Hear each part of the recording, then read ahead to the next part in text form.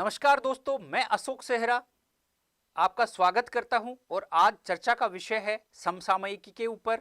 एक बड़ा मुद्दा है और बहुत इंपॉर्टेंट मुद्दा है, बहुत चर्चा में रहा है अभी हाल ही में। राष्ट्रपति इलेक्शन अमेरिका के राष्ट्रपति चुनाव जो हुए हैं वह बहुत चर्चा में रहे हैं। आज इसी के ऊपर हम डिटेल से चर्चा करेंगे दोस्तों। सबसे बड़ी बात है कि विश्व का सबसे बड़ा लोकतंत्र और सबसे पुराना लोकतंत्र है अमेरिका। अमेरिका में 1804 से राष्ट्रपति इलेक्शन होते आ रहे हैं और विश्व का सबसे बड़ा लोकतंत्र है अमेरिका। अभी चर्चा में थे राष्ट्रपति इलेक्शन अमेरिका के। तो जो राष्ट्रपति इलेक्शन है, दुनिया में 4 प्रकार की शासन प्रणालियां हैं दोस्तों, और 4 प्रकार की शासन प्रणालियां इस प्रकार हैं। पहली है अध्यक्षात्मक शासन प्रणाली जो अमेरिका में है। दूसरी संसदीय शासन प्रणाली। अब संसदीय शासन प्रणाली का अगर एग्जाम्पल लें तो विश्व में भारत का एग्जाम्पल हम ले सकते हैं, ब्रिटेन का ले सकते हैं। तीसरा है सर्विस प्रणाली और चौथा है कम्युनिस्ट। तो ज्यादातर देशों में अध्यक्षात्मक और संसदीय प्रणाली देखी जाती है। अमेरिका का चुनाव अभी चर्चा में रहा है और इसी के ऊपर डिटेल से हम लोग चर्चा करेंगे।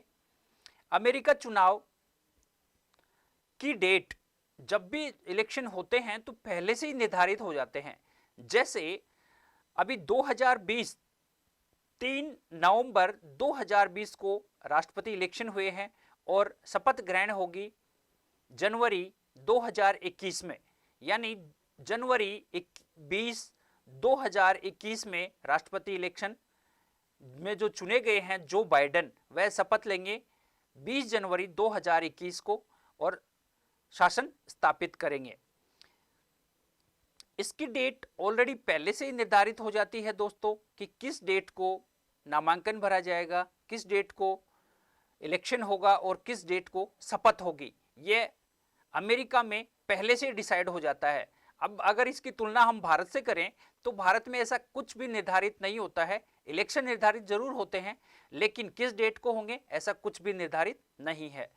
अमेरिका में राष्ट्रपति इलेक्शन पहले नवंबर के पहले मंगलवार से शुरू हो जाते हैं और जनवरी के 20, जो अगले साल की जनवरी 20 आएगी, उस 20 जनवरी को वहां के राष्ट्रपति शपथ ग्रहण कर लेंगे। अमेरिका का राष्ट्रपति 4 साल के ऊपर चुना जाता है। प्रत्येक 4 वर्ष के बाद में अमेरिका का राष्ट्रपति चुना जाएगा। अब जो अमेरिका के इलेक्शन होंगे वह 2024 में होंगे और नवंबर का जो पहला मंगलवार आएगा 2024 में, नवंबर के पहले मंगलवार को इलेक्शन होंगे और उसके बाद में जनवरी 2025 20 जनवरी को शपथ ग्रहण करेंगे अगले राष्ट्रपति। तो दोस्तों वहां पे सारे इलेक्शन, सबसे बड़ी बात है कि अमेरिका में सारे इलेक्शन एक ही डेट को निश्चित हो जाते हैं। अब भारत में तो हमेशा कोई ना कोई इलेक्शन चलता रहता है, लेकिन अमेरिका में 4 साल में एक ही बार इलेक्शन होता है।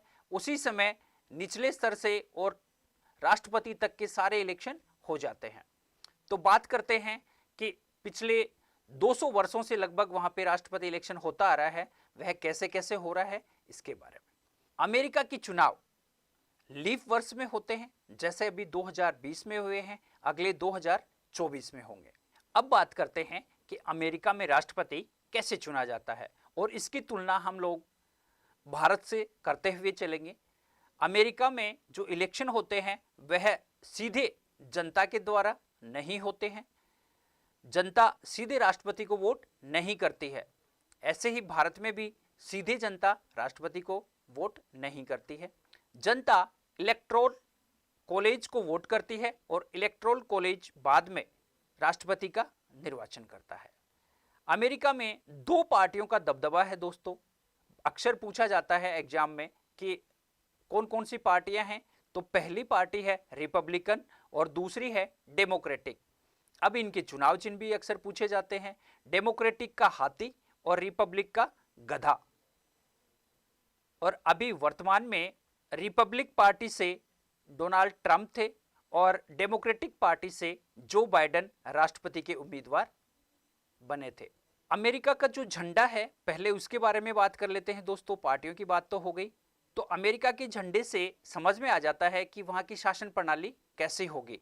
तो उसके फ्लैग में, अमेरिका के फ्लैग आप देख सकते हैं अमेरिका के फ्लैग में 13 लाइनें होती हैं दोस्तों, जो कि तिरछी लाइनें होती हैं।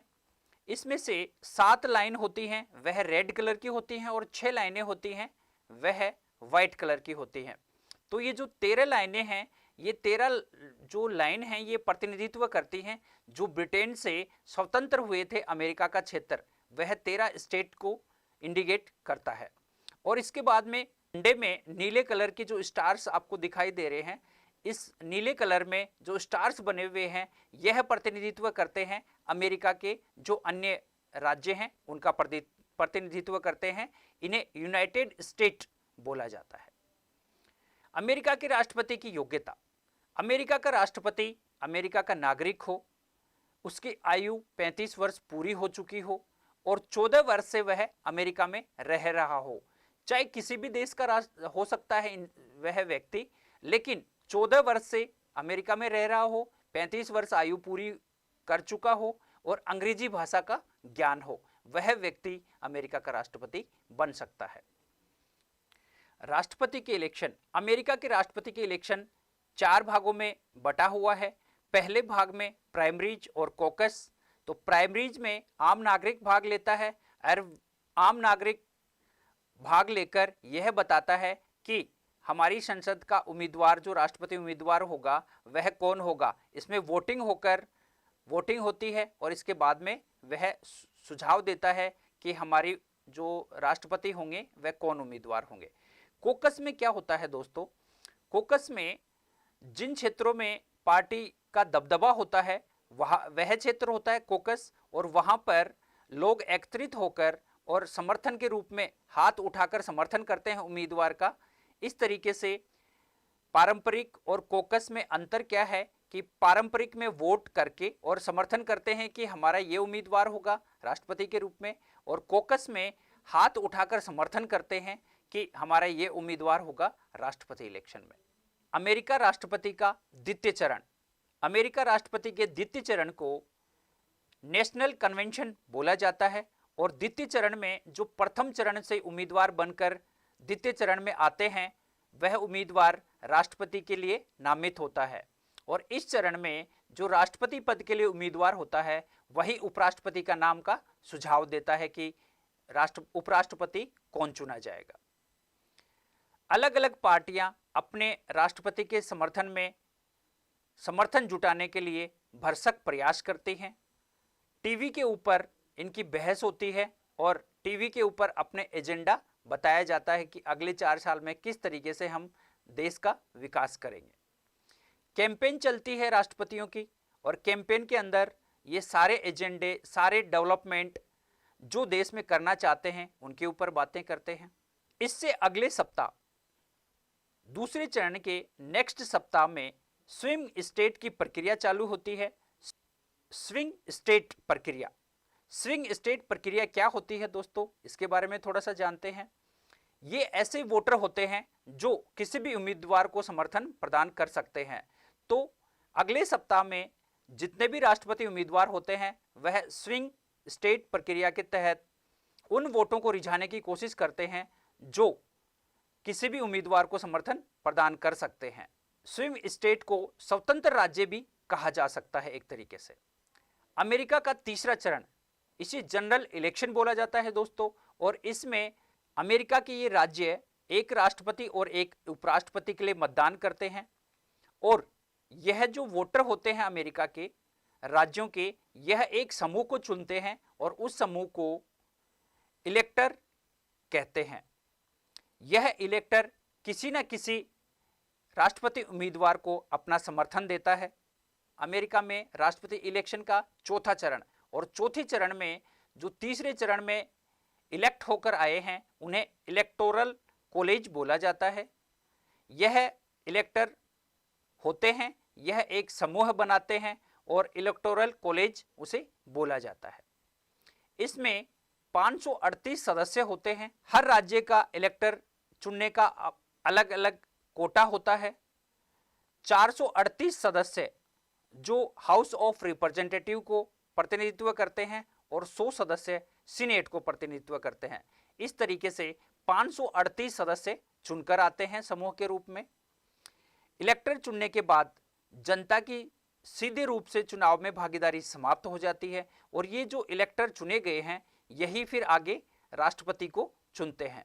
270 वोट जिसको मिल जाते हैं वह राष्ट्रपति चुना जा सकता है, लेकिन यह अधिक भी हो सकता है दोस्तों। 1824 में एक बार ऐसा हो चुका है दोस्तों कि इस समूह के द्वारा भी राष्ट्रपति नहीं चुना गया।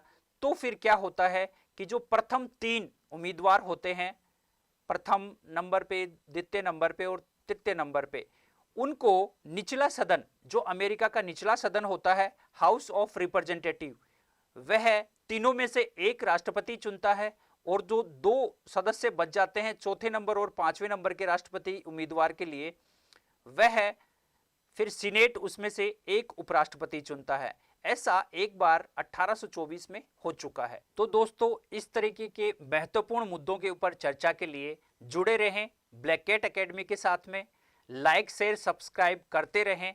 और अगर इस तरीके के मुद्दों पे और भी चर्चा आप चाहते हैं तो आप मैसेज में डाल सकते हैं और हर वीक आपका एक मुद्दा डिस्कस कम से कम होगा। इस तरीके के मुद्दे के लिए जुड़े रहें ब्लैक कैट एकेडमी के साथ में और इस तरीके के चर्चा के ऊपर वाद विवाद करने के लिए लाइक शेयर और सब्सक्राइब करते रहें। जय हिंद, जय भारत।